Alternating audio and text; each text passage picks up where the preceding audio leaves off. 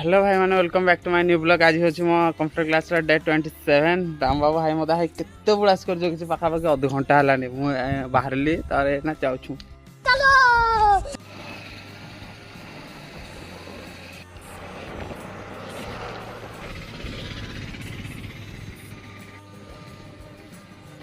ए भाई आम बर्तमान पहुँचीगलु चल चुकी जावा देख आज मैम कौन पढ़ाऊँ। हार्ड सेट को देखिए स्पेलिंग एंड ग्रामर आमे केमिति गोटे वर्ड रो किना गोटे डॉक्यूमेंट रो स्पेलिंग और ग्रामर चेक करबा। सो फर्स्ट हम कोन करबा याको सिलेक्ट करलो स्पेलिंग एंड ग्रामर करबो तापर एठी हमें जेतेटा कैरेक्टर लिखबा सोडा को लेके एठी हमको केतेटा वर्ड लिखेबो तो ए वर्ड भितर हमको जो वर्ड दरकार हम सेटा को चूज करके नबा। 1 hour later तहन देखो तो हमर बर्तमान 12:30 बज गला हमर कंप्यूटर क्लास सरला बर्तमान पढ़वा राम बाबू एटा 50 तारीख की करछि के जा चला ना जीवा चल कर पढ़ा।